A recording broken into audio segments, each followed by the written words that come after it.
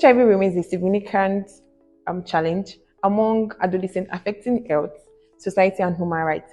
Adolescence is a vulnerable period where limited access to information, stigma, and weak support systems increases the risk of HIV infections. In the year 2024, January to be precise, we got a project from AHF, New York, and the project is to mitigate HIV and GBV among the adolescents in Kwara State.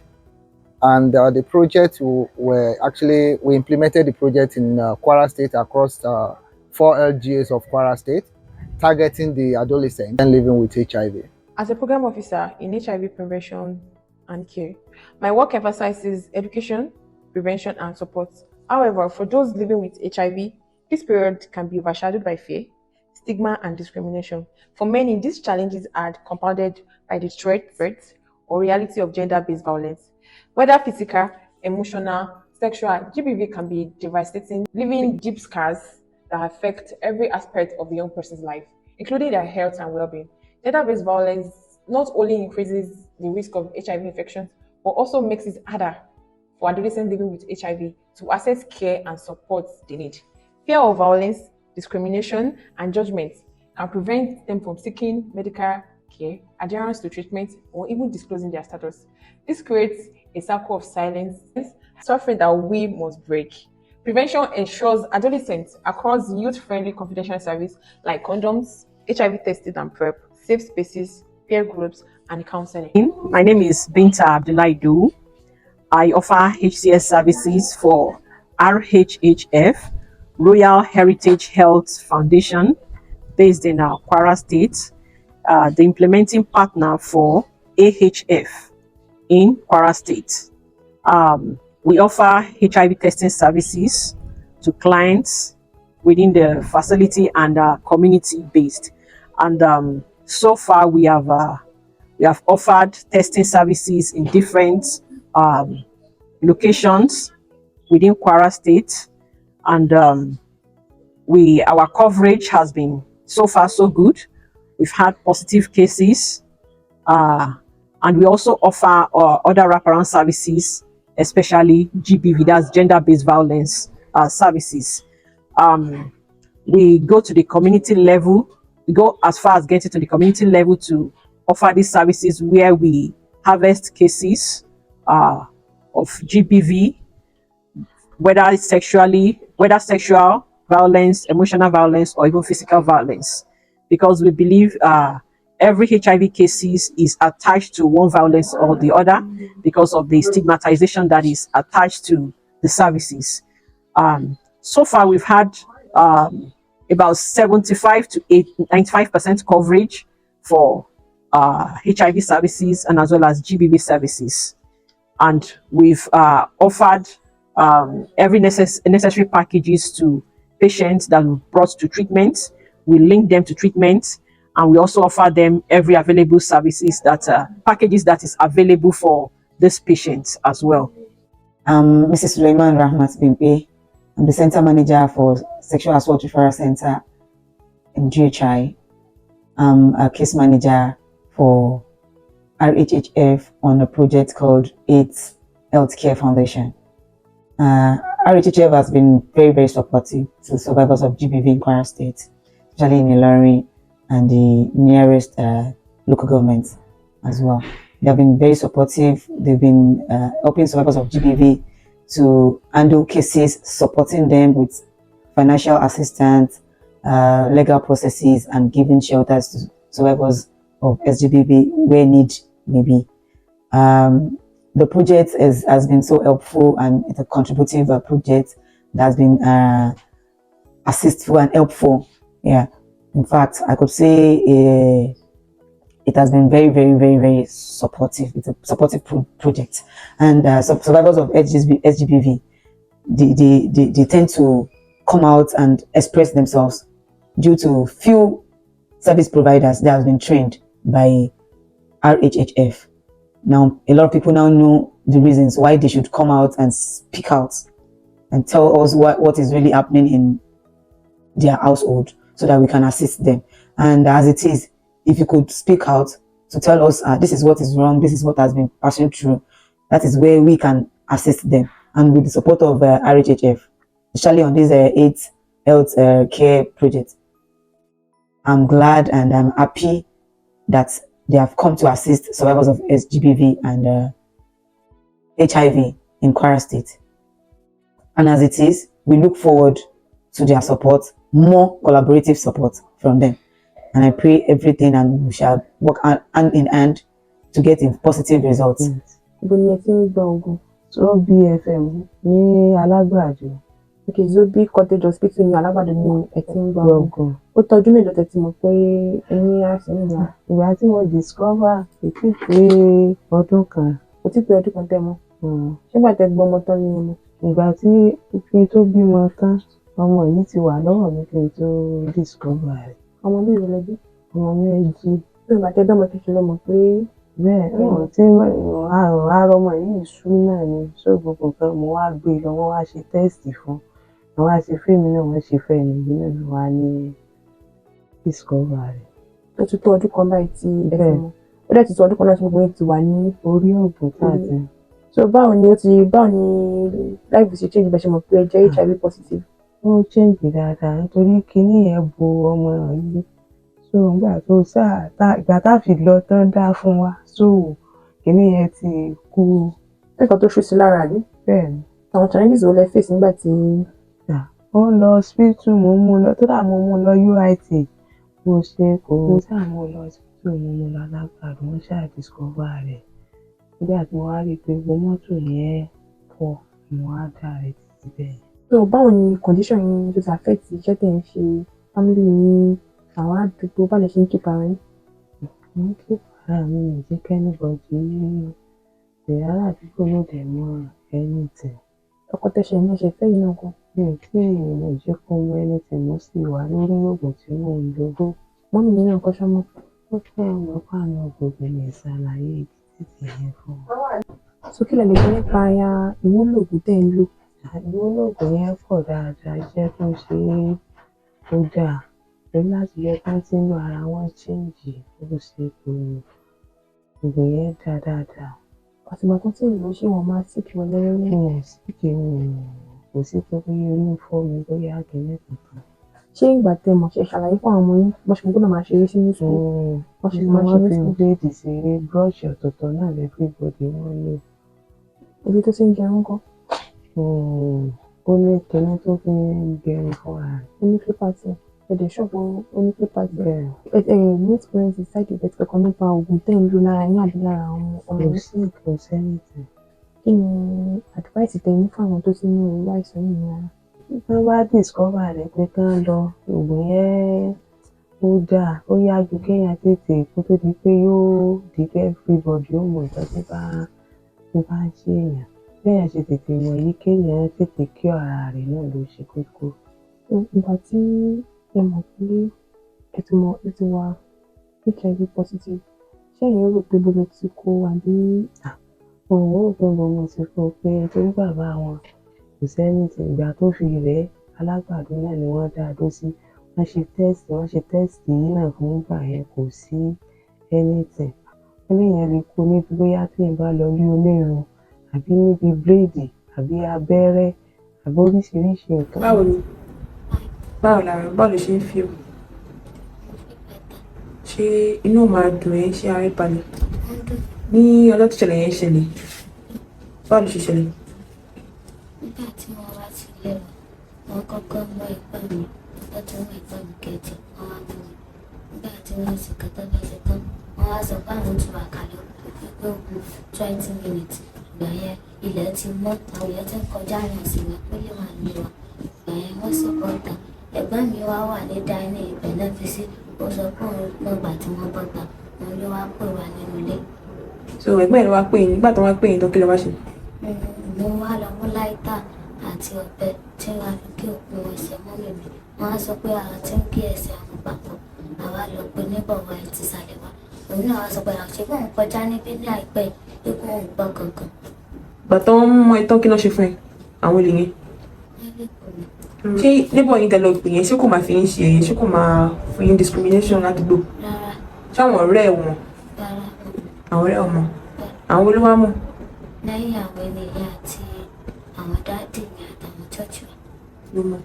Ṣé àwọn ará church yín ò dẹ̀ máa fi ẹ́ ṣe yẹ̀yẹ́? So ìgbà tí ẹ wá lọ sí hospital kí ló wá ṣẹlẹ̀? Àwọn police hospital ìgbà tí tá a dé police hospital ìgbà tí wọ́n fún wa lóògùn ìgbà tí ìtọ́jú ló péye lẹ́yìn 2 months ni mo wá bá èèyàn kan pàdé wọ́n wá refer mi lọ sí ọ̀dọ̀ Àjíkẹ́ ní General Hospital. So from Àjíkẹ́ àwọn ló wá refer wá sí RHHF pé ìrànlọ́wọ́ táwọn náà bá lè ṣe fún wa pé kàn jọ kàn ṣe fún wa. So ìrànlọ́wọ́ ló fẹ́ kí RHHF ní ìsọwọ́papọ̀ pẹ̀lú AIDS Healthcare Foundation ṣe fún yín? Ìrànlọ́wọ́ tẹ bá ní láti ṣe fún mi ní nìkẹ́ ṣe fún mi bá àjọ oúnjẹ or anything tẹ bá ní láti fi ràn mí lọ́wọ́. Kí ni àwọn Àjọkẹ́ Foundation ti ṣe fún yín ní general? Wọ́n ti mú wa lọ sí Aishat Buhari Mother and Child Hospital. So wọ́n ti wá promise wa bẹ́ẹ̀ pé àwọn máa admit ẹ̀ ní ọmọ ní ọjọ́ Monday pé operation yẹn àwọn máa ṣe ní ọjọ́ Wednesday fún wa ní ọ̀fẹ́. Orúkọ mi ni Adébọ̀wálé Àjọrísọ́lá. Mo wá láti lè ṣe Royal Heritage Foundation ní Ìlọrin. NGO ni wọ́n ní Ìlọrin. Àmọ́ à ń bá AIDS Healthcare Foundation àwọn òṣìṣẹ́ ní ìlú Ìlọrin. So lára àwọn sẹ́ńtàsì tá a ti ń ṣiṣẹ́ ni wọ́n sọ fún yín pé arábìnrin yìí wà HIV positive la ṣe máa wá yín kàn wá sí àdúgbò yìí. So àdúgbò wo la wà tá a ti máa yín sọ̀rọ̀? Àlọ́gùn Fúlàní Ní local government wo la wà yìí? Ìlọrin South Ọmọ ọdún mélòó ni? 16 years Ọdún mélòó ló ti mọ̀ pé o wà HIV positive? 9 years. 9 years ló ti mọ̀. Kí láwọn nǹkan tó ti wá láti mọ̀ ló ti mọ̀ pé o wà HIV positive? Ó mọ̀ pé kòkòrò HIV wà lára mi. Ohun tí wọ́n àtìgbà tí ẹ ti mọ̀ pé àwọn ọmọ yìí ní àìsàn kí ní impact yín lórí àwọn ọmọ yẹn? Tó ṣẹlẹ̀ ni pé mo máa ń fojú tó wọn déédéé láti lọ gba oògùn wọn time to time tí táìmù bá dẹ̀ tó láti lo oògùn yẹn mo máa ń sọ fún wọn bóyá ẹgbẹ́ oògùn yín kẹ́ lò lásìkò torí time to time náà ni 9 to 9 because tẹ́lẹ̀ láàárọ̀ àwọn kan máa ń lò but pé bóyá wọn ò ní lò déédéé lásìkò tàbí change ẹ̀ sí alẹ́ lójú mi màá ti wà nílé aago mẹ́sàn-án alẹ́ ni wọ́n máa ń lò. Tẹ́bàá sí ara jòkó. Àwọn náà ti dàgbà tó yẹ pé láti máa yàgbọ́n ẹgbẹ́ wọn tó dàgbà náà jù wọ́n lọ wà ní ìjẹ́. Wọ́n náà wà positive náà. Rárá òun ò ní ìgbàgbọ́ lára ṣe. So ó mì pé ìyá wọn ló ní. Báyìí pé àwọn ilé ẹ̀kọ́ tí wọ́n láti mú ilé ẹ̀kọ́ tí mú wọn nìyẹn. Ó lágbè because torí àbúrò tẹ̀bítẹ̀bí náà nígbà tó ń mu yàn táyé gbàtà àmọ̀ kọ́kọ́ yá ìṣàn yẹn ní ṣe ìyá wọn tẹ́lẹ̀. So that is my nítorí jẹ́ pé àwọn méjì yìí ni ó nílà yẹn. Báwo lẹ ṣe wá ṣe báwo tí ń kó láti ìgbà tí wọ́n mọ̀ ti kú ìlú àwọn méjì tó ti jẹ́ pé obìnrin wọn tó tún ní HIV? Nítorí àjọ ìwé náà ni mo tọ́jú wọn àtẹ̀gbọ́n àwọn tó sọkùnrin tó dàgbà àbúrò ilé náà fún mi so àwa náà sára fojú tó wọn ṣá. Ṣé àwọn ẹbí yìí mọ̀ wọ́n wà HIV positive fún ọmọ? Kò sẹ́ni tó mọ̀ ju ìyá àti ẹ̀gbọ́n wọn lọ. Ẹ̀gbọ́n wọn náà dẹ̀ máa fi ń wọn. Rárá òun náà mọ̀. Tẹ̀lé máa sọ fún wọn pé kò ṣe pé torí àìsàn tó níye pé kọ́ máa pọ̀jù mọ́ wọn. Rárá àjọ jẹun pọ̀ àwọn náà dáná náà ti gbogbo àjọ ń ṣe ìwádìí kò sẹ́ni tó mọ̀ rárá tọ́. So àwọn kan máa bẹ̀ yín wò nítorí pé ara wa àwọn náà ní pé ká máa tẹ̀kẹ̀ yín ká máa mọ́nítọ̀ yín àti ká máa bẹ̀ yín a lè gbé ẹ̀rù kékeré wá fún yín pé kí a fi ràn yín lọ́wọ́ díẹ̀. ẹ ṣe mọ̀ ilé iṣẹ́ mi ẹ ṣe mọ̀ thank you mọ̀. A wà pẹ̀lú client wa tó jẹ́ pé ó wà HIV positive. So ẹ káàárọ̀ bá la ṣe lè mọ̀ yín. Àti ilé wọlé dé ní ọ̀dọ̀ wa wà ní Òkè Ṣúbí ní Ìlọrin West. Ọmọ ọdún mélòó ni? Ọmọ ọdún 14 years old ni mí. Wọ́n ti bọ́ lẹ́tí mọ̀ pé ẹ wà HIV positive. Ó ti tó bí 5 years báyìí. Ìbílẹ̀ tí ń gba ògùn yín. Àti civil service clinic mo ti ń gba ògùn mi. Ìgbà tẹ á mọ̀ pé ẹ wà HIV positive kí làwọn obìnrin ṣe fún yín? Kí ni ìgbésẹ̀ táwọn obìnrin ṣe? Àwọn òbí mi ti kú mi ò lóbìí mọ́ ṣùgbọ́n ọ̀dọ̀ àbúrò dáàdì mi ni mò ń gbé. Ní àti bẹ̀ gẹ́gẹ́ ni mo ṣáà ti ń gbé àwọn náà ń tọ́jú mi àwọn náà ń fún mi lóògùn wọn gbé mi lọ hospital láti bẹ̀. So àwọn ọmọ pè ní grandma mi. Ó wá di ijọ́ kan tí a wà nínú ọlúdé. Wọ́n pè mí ẹ sọ pé àwọn fẹ́ bá mi sọ̀rọ̀ rẹ̀wọ̀ grandma mi ò fẹ́ release mi pé kí n lọ. Wọ́n ṣàpadà fi mí kalẹ̀ pé kí n máa lọ nígbà wọ́n sì fún mi láwọn òògùn ọ̀rọ̀ pé mo máa lò. Bí alẹ́ kọ̀ọ̀kan màmá dọ́gbọ́n mi lọ sí hospital máa fi lọ́mọ gba àwọn òògùn mi tí màmá lò. Mo ṣáà ti ń gbé lọ́dọ̀ ọ̀nkọ́ mi ó ti pẹ́ díẹ̀ mi ò ṣáà rí òògùn lò mọ́ dáadáa. So ọ̀ǹtú mo máa ń dọ́gbà fà náà dàfà ni mo ń gbé nígbà ọ̀dọ̀ wọn mo ti máa ń mu ọ̀ǹtú gbà wọn nǹkan lóògùn mi ní déédéé nígbà wọn. So ṣáà ìyá òògùn mi ń tán ṣá nígbà wọn mi ò ṣáà kí n lo òògùn mi àtọ̀ nígbà wọn. So àwọn kòkòrò wọ́n yọ sí mi lára ó rẹ̀ mi kò gbà wọn gbogbo ara mi ó rẹ̀ mi kò gbà wọn ṣá.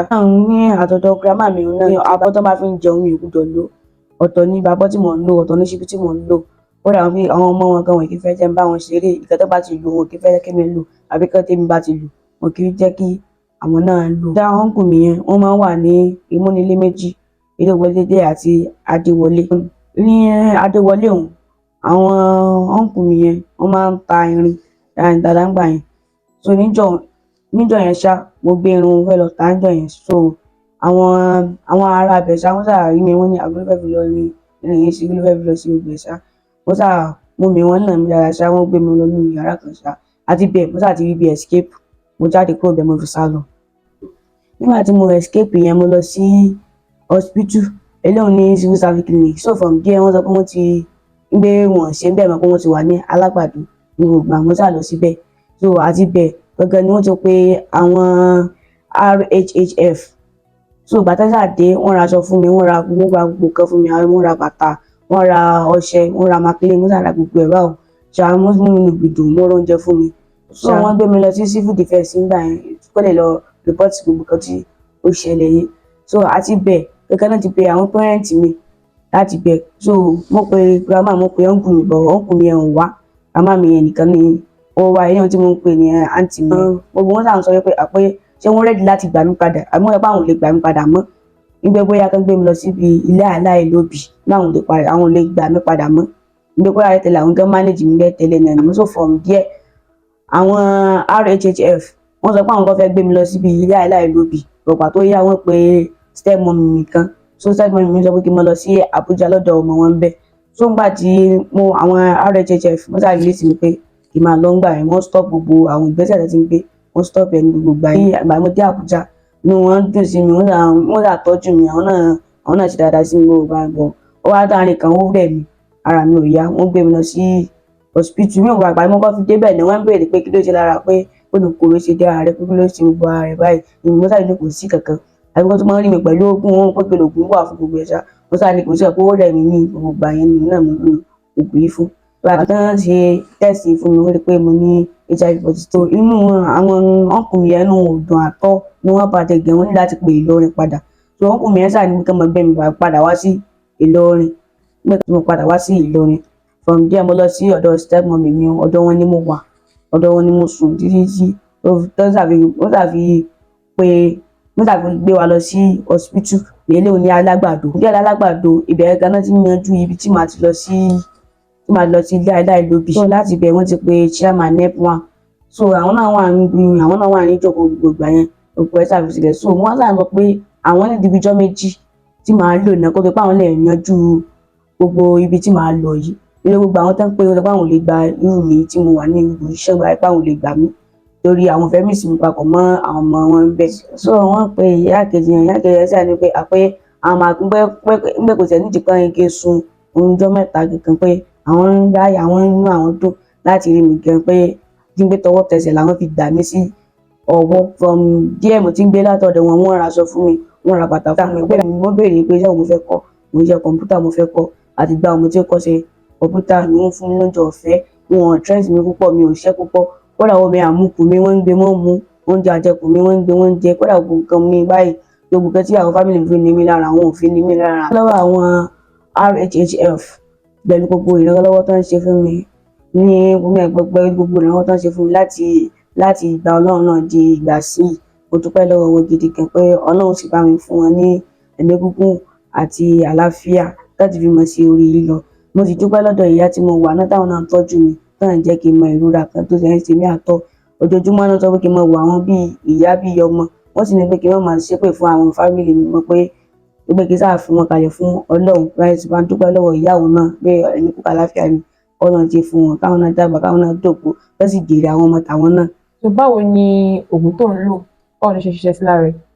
Oògùn tí mo ń lò yẹn ó jẹ́ kára mi yá pépé dáadáa, àti pé àwọn kòkòrò tí mo tó wà lára mi gbogbo ìgbà yẹn ó ti kúrò ní ara mi.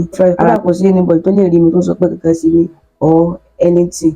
Message wo ni wàá lè pass fún àwọn orphan bíi tiẹ̀ tó wà HIV positive? Message tí mo lè pass náà ni pé nǹkan Ọlọ́run náà lọ́lọ́run, àti mọ iṣẹ́ Ọlọ́run pé ó lè ní lónìí kọ́ náà pàṣẹ pé kó mọ̀ ní mọ́ lọ́la. Àníyàn ò lè sọ fáwọn tó ní àìsàn bíi tiẹ̀ lára. Ní àtìgbà tí mo ti ń lo oògùn mi inú rírun mi ò ní rírun mi mọ́, òfin orí fífọ́ kò fọ́ mi mọ́, àti pé oògùn táwọn wí gan ó ṣiṣẹ́ tó pọ̀ gan lára, kò ń ṣe kò ṣe HIV positive nìkan náà ni ó wà fún. Mo sì ń sọ fún àyín tẹ́ ní irú kíní kẹ́ má fi oògùn yìí kalẹ̀ kẹ́ máa lò déédéé. Nítorí pé tẹ́ ẹ bá lò déédéé ó ṣeé ṣe kẹ́mi máa dínkù, àti pé kíní yẹn HIV positive yìí ká sọ pé bí ìyá ni àtọkọ ni.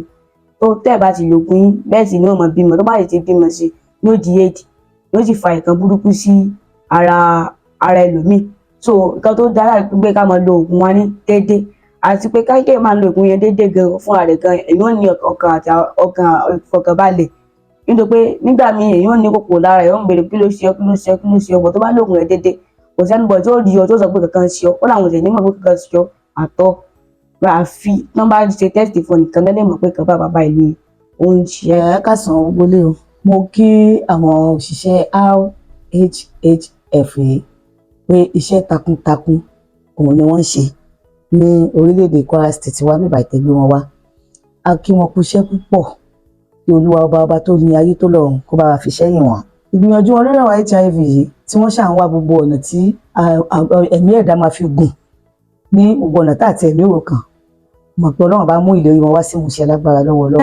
HIV pẹ̀lú bí a ṣe rí sí ìgbà tó kọ́kọ́ dé, ojú dúdú, ọ̀pọ̀lọpọ̀ ẹ̀mí ti ṣòfò dànù, àwọn èèyàn ti bá lọ látàrí pé orúkọ tó kọ́kọ́ gbélé lórí pé àìsàn tí ò gbóògùn. Kò sí ẹni tó bá fetí gbọ́ pé òun ní HIV, ó dá ìgbà tí èèyàn bá gba ọjọ́ ọkú ni. Béèyàn ti ẹ̀ ṣàárẹ̀ tẹ́lẹ̀, ìjọ tó bá ti fi tí ẹ̀gbọ́dọ̀ ti bẹ̀rẹ̀ sí ní ṣàìsàn. Àwa dúpẹ́ púpọ̀ jù pé gbogbo bí ọ̀rọ̀ HIV bó ṣe le tó ń jọ́nà lọ́hùn, Ọlọ́run ti mú wá sí pẹ̀tẹ́lẹ̀ báyìí ní pẹ̀lú ìgbìyànjú àwọn RHHF àti àwọn tí wọ́n ń fún wa ní oògùn. Àwọn tó ń ṣètò oògùn yìí a máa dúpẹ́ lọ́wọ́ yín o fún gbogbo ìgbìyànjú yín o, because oògùn tẹ́ ń ṣe fún wa yìí, ẹ bá ní kí mẹ̀kúnnù wa máa oògùn yìí, èmi ò máa rí pọ̀ ìmọ̀pọ̀ bàbá ńlá kú ẹni tó máa lè ra oògùn yìí. Olùbáṣepọ̀pọ̀ lóògùn náà ṣe wọ́n tó, ọ̀fẹ́ lẹ wá ń fún wa látàrí pé ká lè máa fi ní ìgbádùn àti àlàáfíà. A dúpẹ́ púpọ̀ lọ́wọ́ yín o, Ọlọ́run á bá wa dúpẹ́ fún yín o. Oògùn HIV tá à ń sọ nípa èyí, àwọn kan wà tán tiẹ̀ mọ rírì oògùn náà pàápàá, bóyá ẹ̀kan tẹ fojú tẹ́ńbẹ́ lóògùn náà, abẹ́tẹ̀ kan tẹ̀ bóyá oògùn kan lásán. Oògùn HIV kì í ṣe HIV lásán ló ń kí ọ, àwọn àìsàn oríṣiríṣi tó tún ju HIV lọ òun ni oògùn yìí ń kí ọ. Tí èèyàn bá ti lè wà lórí drugs oògùn HIV, ó ti ṣe ìdínà gbogbo àìsàn àgbáyé, kò sí àìsàn kankan tó lè báyàn jà mọ́. Bẹ́ẹ̀ mo wá mí fún gbogbo àwa tí à ń lo oògùn yìí, ẹ jẹ́ ká gbógo fáwọn tó ń fún wa lóògùn yìí àtàwọn tó fi ṣe àkóso nídìí ẹ̀, tí wọ́n ń ṣe ìgbìyànjú tó ṣagbátẹrù bá àsìkò oògùn yìí ṣe ń tẹ̀ wá lọ́wọ́ bá ṣe ń rí lò. Ẹ jẹ́ ká máa fi sẹ́yìn wọn, ká máa lo oògùn wa yìí déédéé, kí ẹ má ṣaláì lo oògùn ẹ̀fọ́ yìí dé. Tí ẹ bá ti ń lo oògùn yìí kò sí nǹkan kan tó máa ṣe o, kò ní sí àìsàn kankan tó máa báyàn jà. Then lórí àwọn òbí, bóyá a rí àwọn òbí mi tó jẹ́ pé bóyá wọ́n bí àìsàn yìí mọ́ ọmọ wọn, ó lè jẹ́ àìsàn yìí ló ti ṣekú pa wọ́n nígbà tó dúdú, wọ́n fi ọmọ wọn sílẹ̀. Ọlọ́run má yọ kọ́ ọmọ wa kó dọmọ ọlọ́mọ, kò sí ẹni tó lè mọ̀ wò bí ọlọ́mọ lóòótọ́. Ọlọ́run kó má fi wá dá àwọn ọmọ wa lójú pé tábàárẹ̀ ni tó ní àìsàn yìí lẹ́gbẹ̀ẹ́ wa, nínú àwọn ọmọ wa ní, ẹbí wa ní, ara wa ní, ẹ má yẹ ká ta wọ́n dànù, ẹ jẹ́ ká fìmọ̀ ṣe kan pẹ̀lú wọn. Kò sí àwọn òbí kan wà tó yẹ pé àìmọ̀kànmọ̀kàn dà wọ́n láàmú, tó bá detect ọmọ wọn pé ó ní HIV, wọ́n á mọ ọmọ yẹn wọ́n á ta dànù, wọ́n á ṣe ọmọ ẹbí pé àwọn kan náà bímọ, wọ́n á tiẹ̀ ṣe bẹ́ẹ̀ pé àwọn tiẹ̀ mọ́ rí mọ́. Àwọn nǹkan wọ̀nyí ẹ jẹ́ ká lọ ṣe àkíyèsí láàrin ẹ̀. Àìsàn yóò pààyàn mọ́ o, HIV ò ní nǹkan kan ṣe pẹ̀lú life èèyàn o. Ìwọ tó fẹ́ lo 100 years láyé, tó fẹ́ lo 200 years láyé, wàá lò pẹ̀lú HIV o, tí kankan ò dẹ̀ ní ṣe ẹ́. Èmi tí mo sọ yìí, I'm now 25 years lórí drugs. Ìgbà tójú dúdú àìsàn yẹn ló pa ọkọ mi nígbà tá a ti mọ̀ pé HIV ò sí nǹkan tó ń pààyàn, lẹ́yìn tọkọ mi kú tó náà detect mi náà. 25 years mo ti wà lórí drugs. Ẹni tí mo bá sọ fún pé nǹkan ṣe mí ni, tí ì bá sọ fún ẹ pé nǹkan ṣe mí ò lè bá mi pàdé, kó ní nǹkan kan wà lára mi. Torí ìdí èyí HIV ò kì í ṣe àìsàn mọ́ o, just bí malaria ni, even malaria kan tó heavy ju HIV lọ lọ́dọ̀ tèmi o, mi ò mọ tọmọ ẹlòmíì. So HIV ò kì í ṣe nǹkan tó ń pààyàn mọ́, tí ẹ bá ti ń tọ́jú ara ẹ̀ déédéé, tó ń lògùn ẹ̀ déédéé lóòrèkóòrè, kò sí nǹkan tó máa ṣe. So ẹ̀yin òbí tí ó ń gba àwọn kọ̀ọ̀kan báyìí ti ṣẹlẹ̀ sí, ẹ gbìyànjú o, ẹ má ta àwọn ọmọ yín dànù o, kò sí ọjọ́ ọ̀la yín ni wọn. Láìpẹ́ láì dènà Ọlọ́run á fún wọn lè tó máa kí ẹ̀ pátápátá, káàtì ẹ̀ nílò oògùn kankan mọ́. Wọ́n dẹ̀ ń gbìyànjú lórí ẹ̀, ó ti ń bọ̀ báyìí, ó ti dé tán. Ọlọ́run á jẹ́ kó dé bá mi ní ẹ̀mí gígùn àti àlàáfíà, àti ìwọ náà tó bá lẹ́mìí pé wàá padà bóyá àìsàn yìí. So ẹ̀yin RHHF a kí yín púpọ̀, ẹ kú iṣẹ́ takuntakun, Ọlọ́run á máa wà pẹ́ nínú ìbàdí àìsàn o, àìsàn ò ní ṣe yín, kò ní ṣe bí, kò ní ṣara yín, kò ní ṣàwọn ọmọ yín àti gbogbo olólùfẹ́ yín pátápátá. Iléeṣẹ́ yín ò ní jóná, ẹ kú gbìyànjú lórí wa, Ọlọ́run á bá wa tọ́jú ẹ̀yin náà o, ẹ ṣé a dúpẹ́ púpọ̀ o. And during this project, we bless God that we were able to record laudable success. The project has really impacted the community, especially the targeted population. During this project, we were able to empower and provided empowerment livelihood skills to 45 people living with HIV.